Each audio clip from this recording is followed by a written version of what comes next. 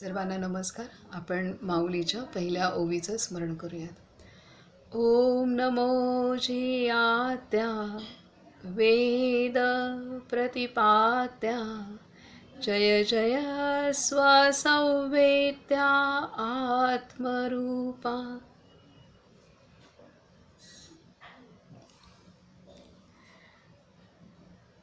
बाबा मुक्तानंदांनी आपणाला कालपर्यंत स्पष्ट केलेलं आहे की गुरुध्यान हे सर्वश्रेष्ठ ध्यान आहे. जे जे जे अनेक साधना पद्धती बाबा मुक्तानंदांनी हाताळल्या आणि त्यानंतर ते निष्कर्षास आले की गुरुध्यान सर्वश्रेष्ठ आहे आणि ते सर्वश्रेष्ठ आहे असा दुजोरा भगवान नित्यानंद यांनी सुद्धा त्यांना दिला. आणि गुरुध्यान अजून सखोल कसा करू शकतील बाबा मुक्तानंद ह्या दृष्टीने ज्ञानसिंधू हा ग्रंथ त्यांना दिला आणि त्यामध्ये परशिव आणि कार्तिकेय यांचा संवाद आहे आणि त्यामध्ये गुरुध्यानाविषयीचा जो संवाद आहे तो संवाद बाबा मुक्तानंदांनी आपणाला काल समजवला की प्रत्येक अवयवामध्ये म्हणजे अगदी मस्तकापासून आपला चेहरा आणि पूर्णतः पायाच्या बोटांपर्यंत त्यांनी स्पर्श करत की हे माझ्या गुरूंचं मस्तक आहे, माझ्या गुरूंचं कपाळ आहे, माझ्या गुरूंचा चेहरा आहे, हे असं करत करत आणि त्यावेळेला नाम घेत घेत त्यांनी पायापर्यंत आपल्या गुरूंना तिथं अनुभवायचं आहे. आणि नंतर पुन्हा खालून वरपर्यंत येईपर्यंत जसं वरून खाली आपण आपल्या गुरूंना स्थापित केलं तिथे ते माझं डोकं हे त्यांचंच आहे अशा पद्धतीने पायाच्या बोटांपर्यंत त्यांनी आपल्या गुरूंना स्थापन करणं हा विधी आणि पुन्हा परत खालून वर पर्यंत तेच आपल्या गुरूंना अनुभवत वर यायचं आहे. अशा पद्धतीने ती ऊर्जा वरून खाली आणि खालून वर अशी सर्वांगात ती पूर्णतः आपल्या जे आपलं वलय आहे म्हणजे ज्याला ऑरा म्हणतात की त्या पूर्णतः त्या वलयाला ते गुरुतत्व व्यापून राहतं. आता इथे गुरुतत्व जर अवघड वाटत असेल तर भगवंत माझं हे भगवंताचं डोकं असंही करू शकतो कारण शेवटी ते तत्व आणि मी एक आहे हे आपणाला शिकवण गीता माऊली आणि सर्व संत आपणाला करत आहे. आता ह्यामागे जर आपण विचार केला की हे असं का सांगितलंय तर कालच माऊलींनी पण उलगडलं की आपली जी खरी परंपरा आहे ती खरी परंपरा जी आहे ती परमात्म तत्वापासून आलेली आहे आणि ती आपली खरी परंपरा आहे आणि त्या परंपरेला आपल्याला आचरण करायचं असेल तर त्यासाठी ज्याने आचरण केलेलं आहे तो म्हणजे गुरु असतो की त्याने ते आचरण केलेलं असतं आणि तो आपल्याला जागं करतो की तूही त्या परंपरेचा आहे आणि तो गुरु आपल्याला जणू काही नव्याने जन्म देतो. गुरु जो जन्म देतो तो आपल्या आत्मस्वरूपाचा जन्म असतो. तो आपल्याला आत्म्याचा पत्ता सांगतो की तू तिथून आलायस, तुझा पिता तो आहे. तर तो आपल्याला त्यामुळे आत्मस्वरूपात गुरु आपणाला जन्म देत असतो आणि मुखाने म्हणजे वाणीने त्याचा जन्म आहे. तर ह्या पद्धतीने आपणाला आपला खरा पत्ता, खरं आपले पिता, खरं आपली परंपरा समजते आणि मग आपण जसं पाहिलं की आपल्या घराची एक परंपरा असते तसं आपण आचरण करतो. तर त्याचप्रमाणे आपल्याला जेव्हा आपली खरी परंपरा कळते तर तेव्हा ते आचरण करण्यासाठी आदर्श हे गुरु आहेत आणि मग त्यासाठी गुरुध्यान आपण आवश्यक आहे. आता इथे आपल्याला भगवंत वेगळा किंवा गुरु वेगळा आणि आपण वेगळे असंच आपल्याला लहानपणापासून वाटत आलं आहे. भगवंत म्हणजे मी कुठेतरी तीर्थक्षेत्री जाईन किंवा मी आश्रमात जाईन किंवा मी मठात जाईन तर तिथंच भगवंत आहे, बाकी माझ्या जवळच आहे ही आपणाला माहिती नाही आहे किंवा हे आपणाला कोणी सांगितलं नाही आहे. संतांनीच आपल्याला सांगितल्यानंतर सुद्धा आपणाला ते तेवढं विशेष आतमध्ये आत्मसात करता येत नाही.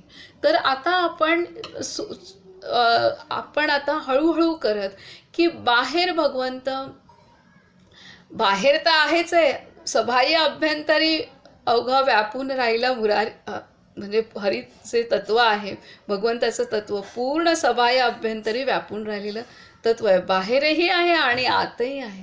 परंतु आता आपली पायरी, आपली प्रगती पुढे गेली पाहिजे की माझ्या आत ते तत्व आहे. आपण त्याला बाहेर, दूर, गुरु म्हणजे बाहेर, भगवंत म्हणजे बाहेर, किंवा ते माझ्या आत असेल, इतकं परमश्रेष्ठ तत्व माझ्या आत असेल, हे आपल्याला कमीपणा वाटतो खरंच. कारण आपल्या आतमधले जे अवगुण आहेत ते आपल्याला प्रत्येकाला माहिती आहेत. त्याच्यामुळे माझ्या आत ते आहे हे आपण स्वीकारत नाही. परंतु तेच तत्व आपल्या आतमध्ये आहे. आणि जर आपण आपल्याच अंतरी आपल्याला भगवंताला आपण बसवलं, किंवा भगवंत बसवलं म्हणण्यापेक्षा तो आहेच आहे, त्याला तिथं पक्क अनुभवलं की नाही माझ्यामध्ये ते आहे, तर आपलं प्रत्येक कर्म जे आहे ते प्रत्येक कर्म सहज रीतीने चांगल्या मार्गावरतीच जाणार आहे. कारण आपण त्याला वेगळं ठेवलेलं आहे. त्याच्यामुळे कळत न कळत आपल्याला भूतकाळात जातो, भविष्यकाळात जातो. भूतकाळातल्या घडलेल्या घटना किंवा यश अपयश ह्याचा हर्ष किंवा खेद किंवा उदासीनता हे तरंग उठत असतात, किंवा भविष्याचे वेध. पण जेव्हा मी अनुभवते की माझ्या आतमध्ये ते सद्गुरु तत्व आहे, माझ्या आतमध्ये ते भगवंताचं तत्व आहे, तेव्हा कळत न कळत आपली प्रत्येक घटनेकडे बघण्याची दृष्टी शांत होऊन जाते, संतुलित होऊन जाणार आहे. आपण आत्तापर्यंत जो अभ्यास केला, भगवंताविषयी प्रत्येकाला प्रेम आहे, आस्था आहे, गुरूंविषयी पण प्रत्येकाला प्रेम आस्था नक्कीच आहे. परंतु ते आणि मी वेगळे हा भेद केल्यामुळे आपल्याला आचरण करायला फार अवघड पडतं. त्यामुळे असं अनेकदा होतं की राग करायचा नव्हता पण झाला, किंवा एखादी विषय वासना असेल तर ते नव्हतं पण तरीसुद्धा त्याच्या आहारी आपण जातो. तर ह्या पद्धतीने कारण आपण आणि तो भेद केला. पण जेव्हा मी माझ्या अंतरीच त्याला बसवते, अंतरी आहेच आहे ते, कारण दीक्षेच्या रूपामध्ये ती परमात्मा शक्ती, ते गुरुतत्व आपल्या आतमध्ये असतं. आणि जर आपल्या आतमध्येच ते आपण अनुभवण्याचा जास्तीत जास्त किंवा माझ्या आतच ते आहे तसं जर केलं तर निश्चितपणे आपली प्रत्येक क्रिया हळूहळू करत ती संतुलनात येत जाणार. कशी आली कळणार सुद्धा नाही. फक्त एवढाच आपल्याला पुरुषार्थ करणं गरजेचं आहे की माझ्या आत ते आहे, माझ्या आत ते आहे. आत्तापर्यंत बाहेर बघत होतो, माझ्या आत ते आहे. आणि त्यामुळे मग जे पण काही आपण वर्तमानात जगतोय, तर त्यावेळेला जे पण उपभोग घेऊ, कुठल्याही गोष्टीचं जे पण बोलू, चालू, बघू, ते त्यामध्ये एक पातळी हळूहळू ते दिव्यत्वाकडेच जाणार, ते दिव्यत्वाकडेच वाटचाल करणार. आणि ह्यासाठी आपले संत आपल्याला वारंवार सांगतात की तुझ्या आत बघ, तुझ्या आत बघ, तुझ्या आतच ते आहे, आतच ते आहे. तर ह्या पद्धतीने आपल्याला बाबा मुक्तानंदांनी सुद्धा ज्ञानसिंधू या ग्रंथातला उतारा आपल्याला आपल्यासाठी पूर्णतः ह्या ग्रंथामध्ये लिहिला. आणि मग त्यांनी सांगितलं की आपण शेवटचं पॅरेग्राफ वाचूया आणि मग पुढे जाऊयात.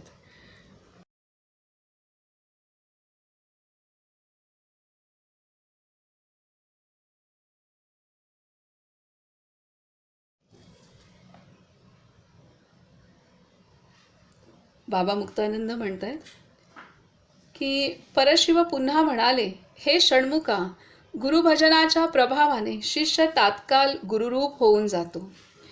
मनुष्य ज्याचे भजन, पूजन आणि ध्यान करतो त्याच्यासारखा बनत जातो. गुरुध्यान, गुरुपूजा, गुरुमंत्र स्मरण, रोमरोमांत गुरुची धारणा अशी सगुणोपासना शिष्याचा तात्काळ हृदय पालट करून टाकते. म्हणून एकांतात गुप्तपणे परमगुरूचे ध्यान गुरु होऊन कर, हा सिद्धांचा गुप्त साधन मार्ग आहे. म्हणून एकांतात गुप्तपणे परमगुरूचे ध्यान गुरु होऊन कर, हा सिद्धांचा गुप्त साधन मार्ग आहे. सद्गुरूंची गुरु किल्ली आहे. गुरुभक्तांसाठी आत्मविश्रांतीची दिव्य सुखद शय्या आहे. हा मुक्ती नगरीचा सोपान आहे. ज्यांच्यात गुरुभक्ती नाही अशांना हा विषय रुचणार नाही. हे स्वामी कार्तिकेय, ज्यांच्यावर गुरुकृपा होते त्यांनाच हे रहस्य समजू शकते. परमेश्वरी अनुग्रहाशिवाय गुरुपूजा रुचणार नाही आणि समजणारही नाही. अशा रीतीने गुरुमहिमा, गुरुपूजा, गुरुध्यान यांचे वर्णन करीत करीत महादेवजी कैलासाला निघून गेले. त्यानंतर श्री कार्तिकेय गुरुध्यानात मग्न होऊन गेले. तर अशा पद्धतीने ते आपणाला गुरुध्यानाचा महिमा सांगतायत. आणि हे सांगून भगवान शंकर कैलासाला निघून गेले. कार्तिकेय ध्यान करू लागले. आता पुढे सांगतायत, ज्ञानसिंधूचा हा विषय आहे. माझी सुद्धा अशीच साधना होत होती. आता इथे बाबा मुक्तानंद कळत न कळत आणि त्यांना ज्या महान विभूतींनी दर्शन दिलं होतं, 60 महान विभूतींनी दर्शन दिलं, जे त्यांना हिमालयातले विभूती भेटल्या, हे सर्वांनी त्यांना हेच सांगितलं. आणि त्यांना स्वतःला सुद्धा सर्व साधना पद्धती केल्यानंतर हेच जाणवलं की मला गुरूंचं ध्यान करणं हे केलं तर मी वेगाने जाऊ शकतो पुढे, हे त्यांनाही खात्री झाली. आणि मग ते करतच होते. आणि त्याच हे सगळं शिष्य आपला काय करतोय, त्याची धडपड काय चालली आहे, हे भगवान नित्यानंदांनी ओळखलं. आणि त्यांनी प्रसाद रूपामध्ये ज्ञानसिंधू हा ग्रंथ दिला. तर इथे देत आहेत की ज्ञानसिंधूचा हा विषय आहे. आता हे आपण सगळं जे ज्ञानसिंधूमध्ये यथाविधी सगळं सांगितलेलं आहे. आता बाबा म्हणतात, माझी सुद्धा अशीच साधना होत होती. पूज्य गुरुदेवांनी दिलेल्या पुस्तकातील गुरुपूजेचा विषय वाचल्यानंतर तो त्यांनी माझ्यासाठी सुचवलेला मार्ग आहे हे मी समजलो. मला साधना करण्यासंबंधी ही गुरुदेवांची आज्ञा आहे हे ध्यानी आल्यामुळे त्या दिवशी मी गुरुदेवांपाशी आश्रमातच राहिलो. रात्र झाली, तिथला नित्यक्रम संपला आणि वातावरणात शांतता पसरली. गुरुदेव आपल्या खोलीत निघून गेले. मी मोठ्या हॉलमध्ये गेलो. पूर्वाभिमुख बसून मी ध्यानाला सुरुवात केली. ज्ञानसिंधूमध्ये भगवान परशिवांनी कार्तिकेयाला दिलेल्या आदेशाचे मनन करून त्यानुसार ध्यान करू लागलो. सर्व व्यापक चैतन्यच नित्यानंद अशी भावना केली. सर्व व्यापक चैतन्यच नित्यानंद अशी भावना केली. पंचतत्वे, सरिता, सागर, गिरीकंदरे या सर्वांच्या ठिकाणी नित्यानंद स्वरूपाची दृढ धारणा केली. आकाश हे नित्यानंदांचे मस्तक, पृथ्वी हे त्यांचे चरण, दिशा कर्ण आणि सूर्य चंद्र हे त्यांचे नेत्र मानून सर्व व्यापक नित्यानंदांच्या ध्यानाला आरंभ केला. आता इथे सुंदर सांगितलंय त्यांनी, सर्व बाह्य म्हणजे जिथे ते बसले ध्यानाला, तर तिथे त्यांनी बाहेरचं जगत पण पूर्णतः नित्यानंदमय आहे किंवा गुरुमय आहे किंवा परमात्ममय आहे हे पाहिलं. आणि त्यासाठी सुंदर दिलंय त्यांनी की जे नद्या, डोंगर आणि गिरीकंदर सर्व काही जे आहे सृष्टीमध्ये ते सर्व नित्यानंदमय आहे, गुरुमय आहे. आणि दुसरं दिलंय की आकाश हे नित्यानंदांचं मस्तक. त्यानंतर दिलेलं आहे की पृथ्वी हे त्यांचे चरण, दिशा हे त्यांचे कर्ण आणि सूर्यचंद्र हे त्यांचे नेत्र. किती सुंदर दिले. 5 तत्वांना त्यांनी आपले गुरु रूप केलंय की त्या तत्वांमध्ये पण माझे सद्गुरू आहेत. आणि सद्गुरू तत्व हे जे आहे ते परमात्मा तत्वापासून आलेलं असतं, म्हणजे सद्गुरू आणि परमात्मा एकच. तर ह्या पद्धतीने इथे देत आहेत की सर्व व्यापक चैतन्यच नित्यानंद अशी भावना केली. पंचतत्वे, सरिता, सागर, नद्या, समुद्र, गिरीकंदरे म्हणजे डोंगर या सर्वांच्या ठिकाणी नित्यानंद स्वरूपाची दृढ धारणा केली. आकाश हे नित्यानंदांचे मस्तक, पृथ्वी हे त्यांचे चरण, दिशा कर्ण आणि सूर्यचंद्र हे त्यांचे नेत्र मानून सर्व व्यापक नित्यानंदांच्या ध्यानाला आरंभ केला. ही एक मोठी पायरी आहे. आपण पण असं कल्पना करायला हरकत नाही की सर्व बाहेर तेच आहे, तर खूप सुंदर कल्पना आहे ही. आता पुढे म्हणतायत, ध्यानात तृप्ती स्थिर होऊ लागली. ध्यानात तृप्ती स्थिर होऊ लागली. समष्टी रूप बाह्य जगताला पुरेपूर नित्यानंदमय समजून ध्यान केले. तरी सुद्धा थोडी वृत्ती शिल्लक राहिली. तिला अंतर्यामी असलेल्या वेष्टीरूप नित्यानंदांच्या ध्यानात गुंतवून टाकले. आता त्यांनी अशा रीतीने बाह्य जगतामध्ये नित्यानंदच भरलेले आहेत हे केलं. त्यामुळे बाह्य दृष्टी त्यांची शुद्ध झाली नित्यानंद स्वरूप, पण अंतरी थोडीशी भावना मुक्तानंदांची शिल्लक होती. म्हणजे आपलं जे स्वतःचं व्यक्तिमत्व आहे ते शिल्लक होतं. मग त्यांनी आता गुरुध्यान करायला सुरुवात केली. काय म्हणतायत ते, ध्यानात तृप्ती स्थिर होऊ लागली. समष्टी रूप बाह्य जगताला पुरेपूर नित्यानंदमय समजून ध्यान केले. समष्टी म्हणजे सृष्टी आणि व्यष्टी म्हणजे व्यक्ती. समष्टी रूप म्हणजे बाह्य जगताला पुरेपूर नित्यानंदमय समजून ध्यान केले. तरीसुद्धा थोडी वृत्ती शिल्लक राहिली. तिला अंतर्यामी असलेल्या व्यष्टीरूप नित्यानंदांच्या ध्यानात गुंतवून टाकले. बाह्य दृष्टी पूर्णतः नित्यानंद स्वरूप झाली किंवा चैतन्य स्वरूप झाली. अंतर्दृष्टी थोडी शिल्लक होती, जी मुक्तानंद किंवा मीची होती, स्वतःची होती. ती मग नष्ट करण्यासाठी त्यांनी अंतरी मग आपल्या गुरूंना ध्यान करायला, गुरूंना वस्ती करायला सुरुवात केली, म्हणजे गुरु ध्यान करायला सुरुवात केली. अंतर्यामी असलेल्या वेष्टीरूप नित्यानंदांच्या ध्यानात गुंतवून टाकले. प्रथम मस्तकाला हस्तस्पर्श करून प्रिय गुरु नित्यानंदांच्या ध्यानाला आरंभ केला.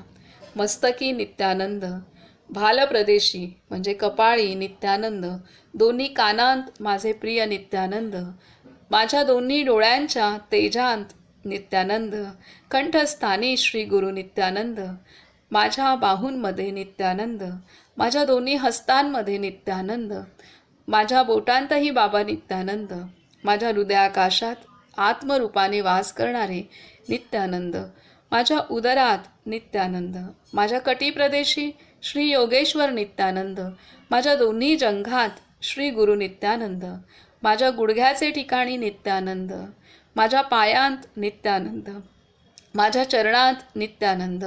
अशा प्रकारे साऱ्या अंगप्रत्यंगात नित्यानंदांची धारणा केली. अंगस्पर्श करीत असताना गुरु ओम असा जप करीत करीत अंगात मी भगवान नित्यानंदांचे ध्यान दृढ केले. हे स्पर्श करत करत नाम आत घेत घेत त्यांनी अनुभवलं की इथे प्रत्येक शरीराच्या भागामध्ये नित्यानंद आहेत, आत आणि बाहेर. तर आणि नाम घेत घेत त्यांनी ते धारणा गुरूंना तिथे, कारण गुरूंनी दिलेलं नाम हे गुरुच आहे, हे परमात्मा शक्तीच आहे, गुरुतत्वच आहे. तर नाम घेत घेत त्यांनी ते गुरुध्यान करायला सुरुवात केली. अंगस्पर्श करीत असताना गुरु ओम असा जप करीत करीत अंगात श्री भगवान नित्यानंदांचे ध्यान दृढ केले. वा हृदय कसं शीतल होऊ लागलं, तळमळ मिटत चालली, शीतल सुखद स्फूर्तीचा प्रवाह वाहू लागला. खूप मस्त वाटू लागले. मस्तानांचे ध्यान मनुष्याला मस्तच बनवून टाकते. मी एक गीत ऐकले होते.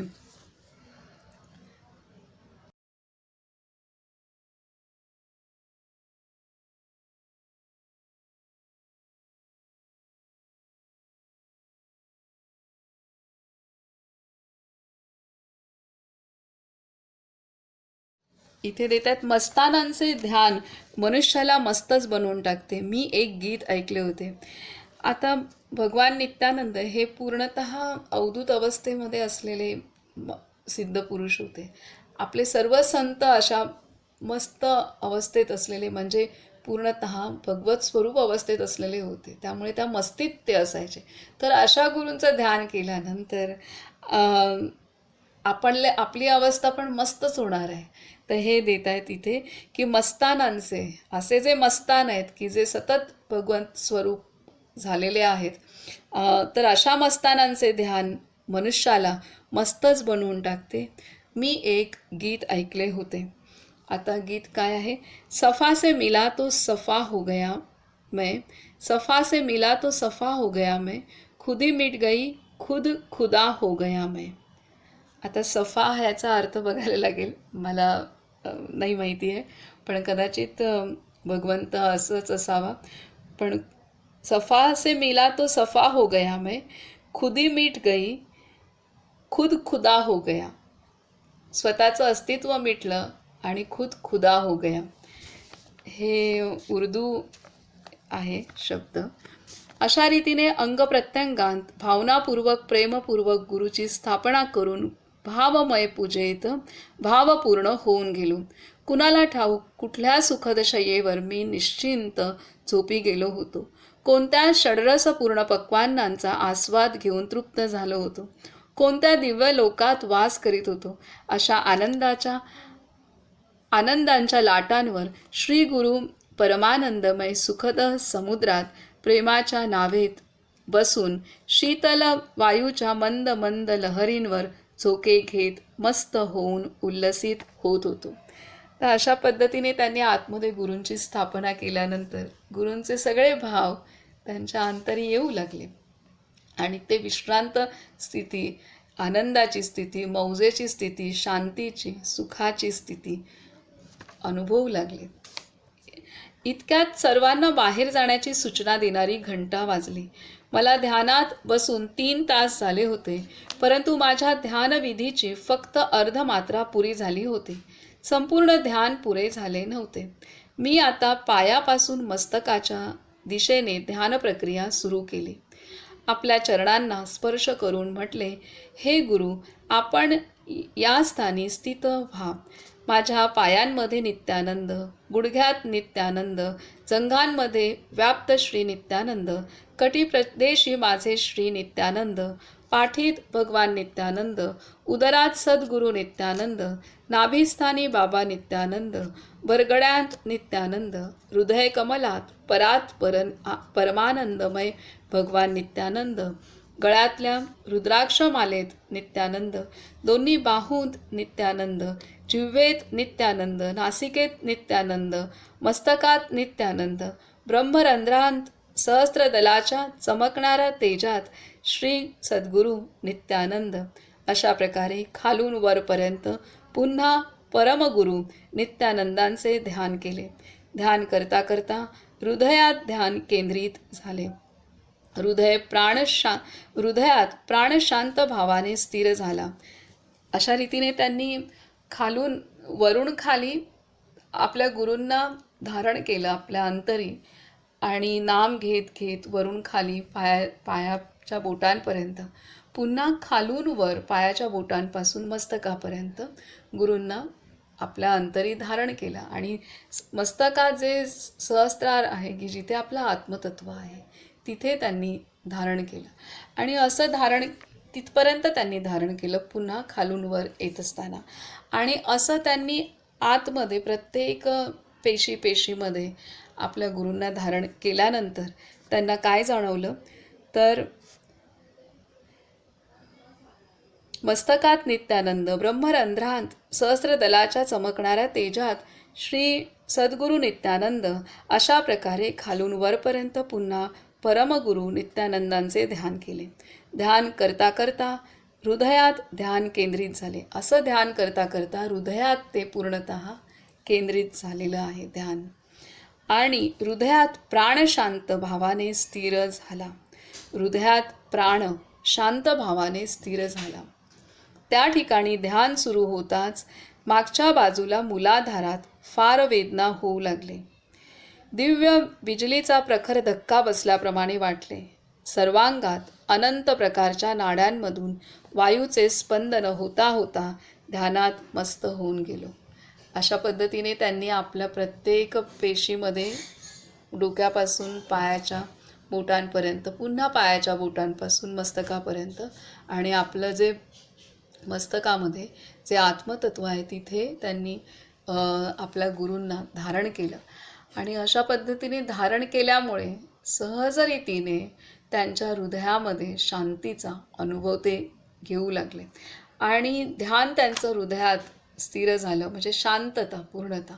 आणि त्याच वेळेला मग त्यांची कुंडलिनी जागरण झाली, की मूलाधाराच्या इथे त्या ज्या वेदना किंवा जे काही जाणवलं, तर त्यांच्या अंतरी असलेली कुंडलिनी शक्ती तिथं तिचं जागरण किंवा तिचं जाणीव झाली. आणि ती जेव्हा जागरण झालं, तिचं जाणीव झाली, मग नंतर ते जे ऊर्जा आहे, ती ऊर्जा नंतर प्रत्येक त्या ऊर्जेच्या लहरी शरीरात सर्वत्र त्यांना जाणवू लागल्या.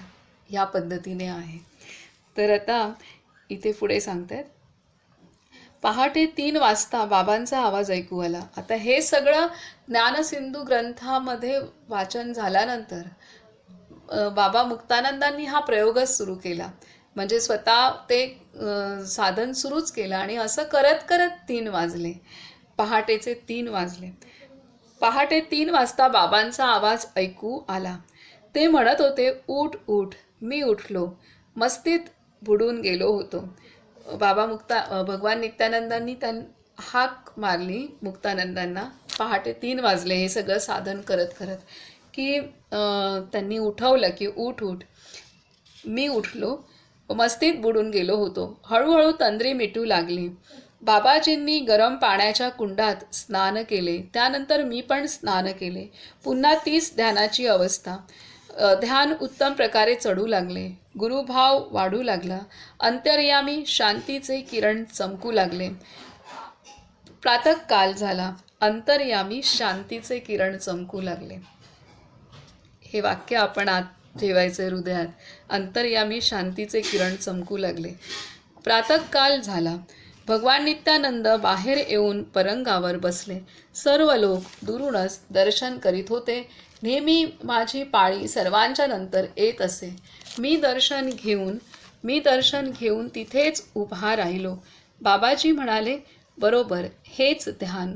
एक हात उंच करून चिन्मुद्रा धारण करून म्हणू लागले, हेच ध्यान रे, हेच ध्यान. ज्ञान सौंदर्य ही पूजा, ही मस्ती रे. मस्ती हीच सूक्ष्म, हे पूर्ण ध्यान.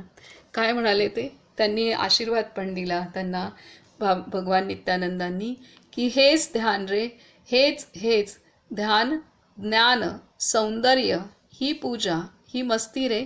मस्ती हीच सूक्ष्म, हे पूर्ण ध्यान. असे बोलता बोलता गाऊ लागले.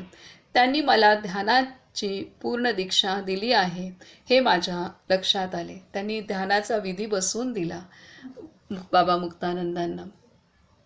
पुढे म्हणतायत, गुरुध्यान हेच माझे इष्ट ध्यान असे मी मानू लागलो. त्यानंतर रोज प्रातःकाली 3 वाजता, ज्यावेळी सगळे जग निश्शब्द असते, अशा ब्राह्ममुहूर्तावर मी उठू लागलो.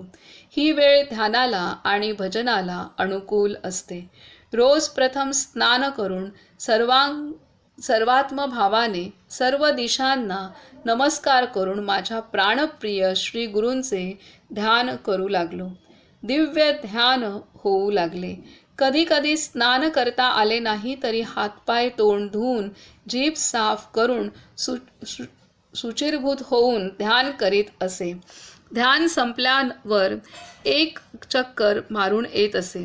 ध्यानाच्या स्थानात मागे पुढे 4 दिशांना गुरुदेवांचे आणि सिद्ध महात्म्यांचे फोटो लावले. त्यांच्यामध्ये बसून ध्यान करीत असे. त्या तसबिरी अचेतन आहेत या भावाने मी त्यांच्याकडे कधीच बघितले नाही. जसे बाबांच्या सानिध्यात भय, मर्यादा आणि पवित्र भावाने राहत असे, तसेच जिथे त्यांची तसबीर ठेवली होती त्या माझ्या ध्यानाच्या खोलीतही मर्यादेने राहत असे. त्यांच्या फोटोसमोर कधी पाय पसरून बसलो नाही. ध्यानाच्या खोलीत सर्व व्यवहार पवित्र भावनेने करीत असे. चालताना देखील सांभाळून पाऊल टाकत असे. कारण जिथे सूर्याचे किरणपुंज खूप सुंदर नेहमी विशेषतः त्यांच्या फोटोसमोर कधी पाय पसरून बसलो नाही. ध्यानाच्या खोलीत सर्व व्यवहार पवित्र भावनेने करीत असे. चालताना देखील सांभाळून पाऊल टाकीत असे, कारण चिती सूर्याचे किरणपुंज अशा स्थानी नेहमी, विशेषतः ध्यानसमयी सर्वत्र पसरलेले असतात. शिवाय आपल्या पूजेतली गुरूंची तस्वीर जिथे असते तिथे त्यांचे पूर्ण अस्तित्व असते. ध्यानाला बसताना ध्यानाच्या खोलीत मी साऱ्या सिद्धांना आवाहन करीत असे. ज्यांनी आता काय आवाहन करतायत पहा. ज्यांनी श्री गुरुचरणांची उपासना करून गुरुप्रसाद रूप परमशिवपद प्राप्त केले आहे, असे पूर्वी होऊन गेलेले, आज हयात असलेले आणि पुढे होणारे सर्व सिद्धात्मे माझे रक्षण करोत आणि मला पूर्ण शक्ती प्रदान करोत. ज्यांनी श्री गुरुचरणांची उपासना करून गुरुप्रसाद रूप परमशिवपद प्राप्त केले आहे, असे पूर्वी होऊन गेलेले, आज हयात असलेले आणि पुढे होणारे सर्व सिद्धात्मे माझे रक्षण करोत आणि मला पूर्ण शक्ती प्रदान करोत, अशी या आवाहनात प्रार्थना असते. या रीतीने मी माझ्या ध्यानाच्या खोलीत साऱ्या सिद्धांच्या महिम्याचे आवाहन करीत असे. पुढे पण वाचू आपण मग. ध्यानकालात मी सर्वसाधारण मनुष्यांपासून दूर राहत असे, कारण मनुष्याचा जसा भाव असेल तशा प्रकारचे अणुपरमाणू त्याच्या आसपास फिरत असतात. मनुष्याचा जसा भाव असेल तशा प्रकारचे अणुपरमाणू त्याच्या आसपास फिरत असतात. काकभूषुंडीच्या आश्रमाच्या आसमंतात कोसभर दूरपर्यंत नामाचा प्रभाव पसरलेला असे. काकभूषुंडीच्या आश्रमाच्या वातावरणात प्रवेश करताच जड मूढ मंदसुद्धा रामनामाचे उपासक बनत असत. रामनाम जपू लागत असत. माझ्या परमपूज्य गुरुदेव श्री नित्यानंदांच्या निवासस्थानाच्या आसपासची सर्व ठिकाणे स्तब्ध, मौन, त्यागपूर्ण आणि विचाररहित बनली होती. मुंबईहून येणारा कोणीही मनुष्य आश्रमाचे दर्शन होताच शून्य विचार होऊन जात असे. माझ्या गुरुदेव नित्यानंदांच्या वातावरणाचा प्रभावच असा होता. मुंबईचे सारे चंचल वृत्तीचे लोक कसेही असले तरी एकदा उष्णतीर्थात स्नान करून गुरुदेवांच्या सम्मुख उभे राहिले की आपली चंचलता सोडून स्तब्ध, शांत होऊन जात असत. भगवान नित्यानंदांचे जे भाव होते त्यांचेच साम्राज्य सर्वत्र पसरलेले असे. त्यांची पूर्ण तटस्थता, मौन, मितभाषण, स्तब्ध, शांत स्थिती, त्यांची पूर्ण तटस्थता, मौन, मितभाषण, स्तब्ध, शांत स्थिती यांच्या प्रभावाने सर्वजण शांत बसत असत आणि शिस्तीचे पूर्ण पालन करीत असत. गुरुदेव तर तटस्थता, स्तब्धता, निर्विकार स्थिती, मौन यांचे मूर्तिमंत विग्रह होते. त्यांच्या सानिध्यात सर्वांचे सहज ध्यान लागत असे. नित्य ध्यान करता करता मला उत्साह आणि अनुभूती वाढू लागली. जणू काही माझी दिव्य परमार्थ यात्रा तीव्र वेगाने होऊ लागली. तर अशा रीतीने इथे बाबा मुक्तानंदांनी खूप सुंदर सांगितलं की ज्ञानसिंधूमध्ये त्यांनी ज्या प्रकारे मार्गदर्शन केलं होतं कार्तिकेयांना भगवान शंकरांनी, त्या प्रकारे त्यांनी ध्यानाला सुरुवात केली. मस्तकापासून पायापर्यंत, पायाच्या बोटांपर्यंत आपल्या गुरूंना धारण केलं. पुन्हा खालून पुन्हा पायाच्या बोटांपासून मस्तकापर्यंत आणि नामस्मरण करत करत त्यांनी तिथे गुरूंना स्थापित केलं. आणि असं ही एक पद्धत असं स्थापित केल्यानंतर त्यांनी अनुभवलं की त्यांचं ध्यान पूर्णतः हृदयात स्थिर झालेलं आहे किंवा हृदय एकदम शांत झालेलं आहे आणि ते शांत झालं असल्यामुळे पूर्ण आतमध्ये शांतता. आणि अशा वेळेला त्यांना जाणवलं की त्यांच्या मूलाधार चक्रामध्ये, म्हणजे जिथे आपली सुप्त कुंडलिनी वास करते, की ती आपल्या जाणीवेत नसते एरवी, परंतु अशा पद्धतीने ध्यान केल्यानंतर बाबा मुक्तानंदांनी अनुभवलं की ती ती मुलाधाराच्या इथे त्यांना एक जोरदार वेदना झाली. वेदना म्हणजे ती अशी त्रास देणारी नाही राहणार, पण ती तिथे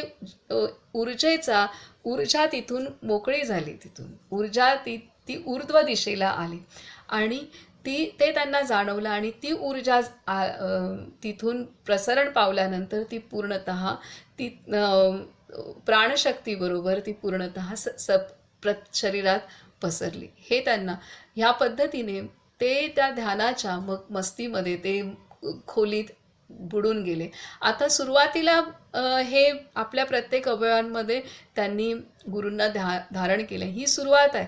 आणि नंतर ही जेव्हा ध्यानाच्या खोलीत जातो तेव्हा मग ते ध्यान अजून पुढच्या अवस्थेला घेऊन जाणार. तर अशा पद्धतीने त्यांनी ते ध्यान केलं. आणि इथे आपल्याला विशेष महत्त्वाचं म्हणजे आज अजून शिकायला मिळालं की आपण ध्यानाला बसतो तेव्हा आपल्या अवतीभोवती पण ते तत्व आहे. पूर्णतः आपले सद्गुरू आहेत हे म्हणजे त्यांनी 5 तत्वांमध्ये पण की आकाश हे माझ्या गुरूंचं नित्यानंदांचं मस्तक आहे, पृथ्वी हे त्यांचं चरण आहे, दिशा हे त्यांचे कान आहेत आणि चंद्र सूर्य हे त्यांचे डोळे आहेत. की हे म्हणजे 5ही महाभूत आहेत, 5ही तत्व ती सुद्धा पूर्णतः परमात्मा स्वरूप पूर्णतः गुरुमय आहेत असं बघून म्हणजे किती 5 महाभूत पण मदत करणार, ते चंचलत्व आणणार नाहीत आपल्यामध्ये. तर हे त्यांनी केलं. म्हणजे सर्व दिशांना गुरु तत्व पाहून ते सर्व दिशांमध्ये गुरुतत्व आहे हे पाहून त्यांनी ध्यानाला सुरुवात केली. अजून एक महत्त्वाची गोष्ट म्हणजे त्यांनी आत्तापर्यंत झालेल्या सर्व महान विभूतींना आठवण केलेली आहे की आत्तापर्यंत ज्या महान विभूतींनी आपलं गुरु आज्ञा पालन करून गुरु साधन करून ज्यांनी भगवत स्वरूप झालेत ह्या सर्व महान विभूती आणि झालेल्या महान विभूती, आत्ता असलेल्या महान विभूती आणि पुढे होणाऱ्या महान विभूती, ह्या सर्वांनी मला मार्गदर्शन करा किंवा ह्या सर्वांनी मला ह्या मार्गामध्ये मदत करा हे आवाहन पण, ही प्रार्थना सुद्धा त्यांनी केली. ही अत्यंत खूप सुंदर गोष्ट आहे की जी आपणा सर्वांना शिकण्यासारखी आहे. आता आपल्याला माऊली पण असंच व्यापकता शिकवते. माऊली म्हणते की वर्षत सकळ मंगळी ईश्वर निष्ठांची मांदी आळी अनवरत भूमंडळी भेटतू या भूताम. ईश्वर निष्ठांची मांदियाळी म्हणजे संतांची मांदियाळी, संतांचा समूह. ईश्वरनिष्ठ म्हणजे संत किंवा भगवंताला जे मानतात, भगवंतावर प्रेम असणारे, निस्सीम प्रेम असणारे जीव, तर ह्यांची मांदियाळी म्हणजे ह्यांचा समूह भेटो सर्वांना. तर हे महत्त्वाचं आहे. आता त्यामुळे गुरुतत्व हे आपण पक्क केलं पाहिजे, गुरुच्या देहात नाही अडकायचं. आज आपण अनेक ठिकाणी बघतो की माझे सद्गुरू आणि मग दुसऱ्या एखादा संप्रदाय असेल काय असेल तिथल्या आपण काहीतरी गोष्टी परचिंतन होतं आपल्याकडून. तर हे नाही, म्हणजे इथे हे व्यापकता आहे. इथे बाबा मुक्तानंद आपल्याला सांगतायत सगळ्याच महान विभूती तेवढ्याच उच्च कोटीच्या असतात, हे ते पक्क करतायत. ही खूप सुंदर गोष्ट आहे आणि तरच माणूस पूर्णत्व अनुभवू शकतो, नाहीतर नाही होऊ शकत. हे आहे. तर हे आपल्याला सांगितलं. आणि त्यानंतर महत्त्वाची गोष्ट त्यांनी काही पथ्य सांगितले की ते म्हणाले साधना, आता ते जिथे फोटो आहे बाबा भगवान नित्यानंदांचा, तर तो गुरूंचा फोटो जरी असला तरी ते साक्षात तिथे पूर्ण आहेत, ह्या स्वरूपात ते वावरत असत त्या खोलीमध्ये. किंवा कुठलंही अपवित्र वागणं ते करत नसत, पाय पसरून बसणं किंवा असं ते करत नसत. आणि त्यांनी सांगितलं कारण ध्यान जिथे करतो तिथे ते चित्शक्तीचे जी शक्ती आहे ती तिथे जास्त मोठ्या प्रमाणात उपस्थित असते. जी भगवंताची शक्ती आहे ती मोठ्या प्रमाणात उपस्थित असते आणि त्यामुळे ती उपस्थित असल्यामुळे ते चालतात पण अलगद चालायचे की इथे हे प्राणशक्तीचे चितशक्तीचे सगळे पुंज इथं आहेत. तर त्याच्यामुळे मी ते आणि ते ईश्वरीय ऊर्जा आहे, ती ईश्वरीय शक्ती आहे. तर त्यामुळे ते पावलं पण अलगद टाकायचे. आता ज्ञानेश्वरीमध्ये पण आपल्याला अहिंसेमध्ये की पावलं अलगद टाकणं, की असे महान विभूती अशा रीतीने चालतात हे आपल्याला सांगितले. ती आठवण इथे होते. तर ते अलगद चालणं. दुसरं म्हणजे ते माणसांचा संपर्क टाळायचे साधना अवस्थेमध्ये. कारण जसे माणसांचे विचार असतील तशी स्पंदनं त्यांच्यातनं किंवा त्यांची ऊर्जा तशी वाहत असते आणि ती आपणाला मागे घेऊन जाऊ शकते. तर ते एक पथ्य त्यांनी सांगितलं की ते पण आपण सांभाळणं आवश्यक आहे आपल्या सुरुवातीच्या काळामध्ये किंवा काही ह्याच्यामध्ये. आणि नंतर भगवान नित्यानंदांच्या जो वास आहे गणेशपुरीमध्ये, तिथली प्रत्येक गोष्ट ही त्यांच्यासारखीच स्तब्ध, त्यानंतर मौन असलेली, पूर्ण शांत असलेली, पूर्ण एकाग्र, पूर्ण तन्मय असलेली, ही अशी प्रत्येक ठिकाण तसं झालेलं आहे हे पण त्यांनी सांगितलं. तर अशा पद्धतीने खूप सुंदर रीतीने आपल्याला बाबा मुक्तानंदांनी त्यांचा सुरुवातीचा अनुभव आपल्याला व्यक्त केला आहे, जेणेकरून आपल्या प्रत्येकाचे भाव चांगले होतील आणि आपली साधना सखोल अजून होत जाईल. आपण इथं थांबूयात.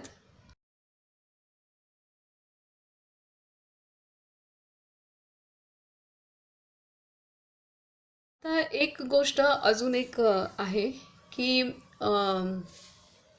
ही जी पद्धत सांगितलेली आहे, आता आपण जे ध्यानाचं शिकलो तर त्यावेळेला आपण हे सगळं प्रॅक्टिकल पण नंतर करू ह्या पद्धतीने. तर ह्या ज्या हे खूप मोठे तंत्र आहेत. ही खूप मोठे म्हणजे अशा पद्धतीने आपल्या आंतरी भाव निर्माण करणं आणि हे तर ते केल्यानंतर मग पुढे साधन आपलं करायचंच आहे, नामस्मरण जे आहे. आता पुढे त्यांचा अनुग्रह येणार, हे त्यांची पहिली पायरी बाबा मुक्तानंदांनी दिली. आता पुढचा पहिलं प्रकरण जे आहे परमात्मा प्राप्तीचा उपाय, हे आपलं पूर्ण झालं आहे. आता पुढे आहे की माझे साधना काळातील अनुभव, हे दुसरं प्रकरण आहे आणि त्याच्यामध्ये दिव्य दीक्षा. ही त्यांनी विधी दिली ध्यानाची, अजून दीक्षा बाकी आहे. ध्यानाची विधी दिली आहे, दीक्षा अनुग्रह होणं आहे. तर ते पुढच्या प्रकरणात येणार आहे. मग पुढची प्रोसेस पण ते आपणाला सांगतील. तर ह्या पद्धतीने पण ह्या सगळ्या गोष्टी आपण शिकल्या आपल्या आतमध्ये असतील तर आपण कुठल्याही अवस्थेत असू तर आपण त्यावेळेला ह्या सगळ्या पद्धती वापरू शकतो. आपण बसमध्ये जातोय, बसलोय, आता काम करून झालोय, आतमध्ये आपण हे करू शकतो. मला एक वाक्य मगाशी इथे म्हटलं ना की शांत, तर हे म्हणजे माझ्याच आतमध्ये ते आहे म्हटल्यानंतर मलाच आज दिवसभरात आता मी ही प्रोसेस नाही केली अजून, परंतु हे वाचन करतोय आपण, परत ऐकतोय, तर त्याचाच परिणाम अंतर्मनात असा झाला की अनेकदा आपल्याला असं वाटत असतं की हे बोलायला पाहिजे किंवा हे सांगायला पाहिजे किंवा, तर ह्या गोष्टी हे जर आपल्या आत असेल ना तर असं वाटतं की काही गरजच नाही सांगायची कुठली, किंवा कुठलाही विचार आधीचा, भूतकाळातला असो किंवा आत्ता वर्तमानातला असो, समोर व्यक्ती काय किंवा कोण काय आपल्याला हे केलं तर असं वाटतं की ठीक आहे. म्हणजे एक त्या प्रतिक्रिया ज्या आहेत ना, ह्या प्रतिक्रिया एकदमच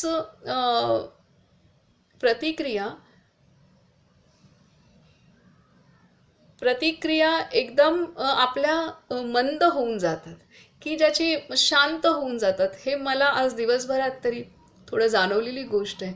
आणि मग ही जी म्हणजे हे प्रत्येकाला होईल. म्हणजे मला हा आज फरक जाणवला की आपण भगवंताला किंवा गुरूंना बाहेर बघितलं तर आपल्याला आचरण करायला अवघड पडतं, वेळ लागतो. परंतु जर आपल्या आत त्यांना स्थापन केलं तर आपलं मार्गक्रमण हे खूप सहजतेने आणि सूक्ष्मात जाईल, खूप सूक्ष्मात जाईल. हे थोडंसं आज जाणवलेली गोष्ट आहे. इथं आपण थांबूयात.